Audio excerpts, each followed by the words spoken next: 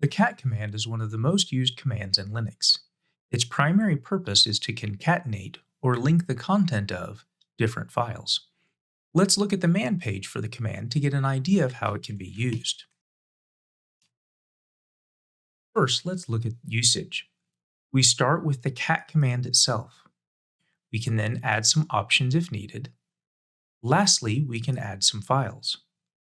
Note that both the options and the files are optional, as denoted by the square brackets. While we will primarily specify files, we don't have to. Let's try using it to get a sense of how it works. As you can see, we have a number of files in our current directory. In the simple case, the cat command will take the contents of a file and output them to the console. Here, we can see the contents of file1.txt. We can see the contents of file3.txt using this command. Since the purpose is to concatenate files, let's try it by specifying both files on the command line.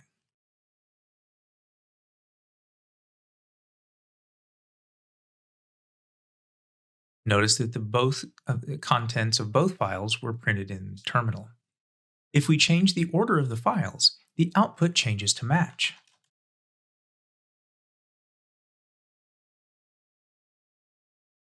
Notice that the same text is displayed, but the order has changed.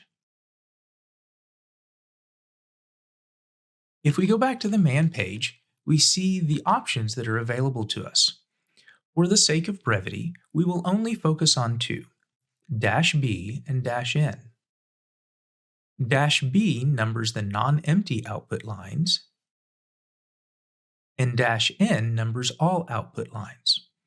While you may not use these all the time, they should give you an idea as to how you can customize the output of cat to suit your needs.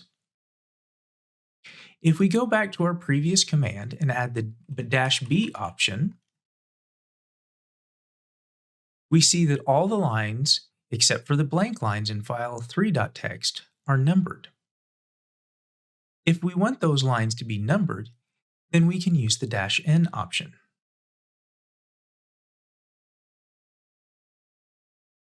Remember that these options just affect the output. They do not modify the files themselves. While you may not use these options much, it's good to know that they are there. When we looked at the man page, we saw that the file is an optional argument. If we call cat without a file name, it just echoes whatever we type.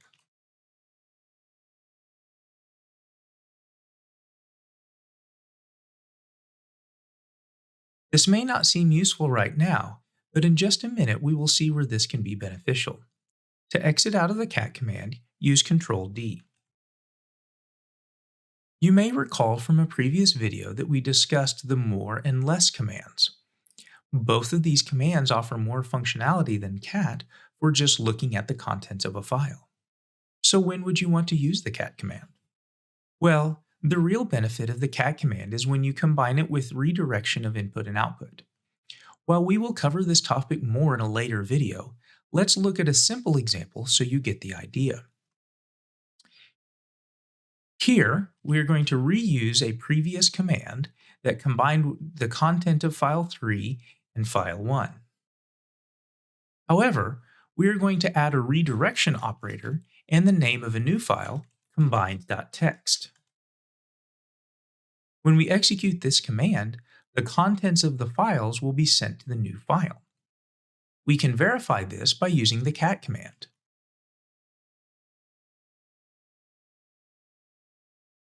You can also use cat and redirection without specifying an input file.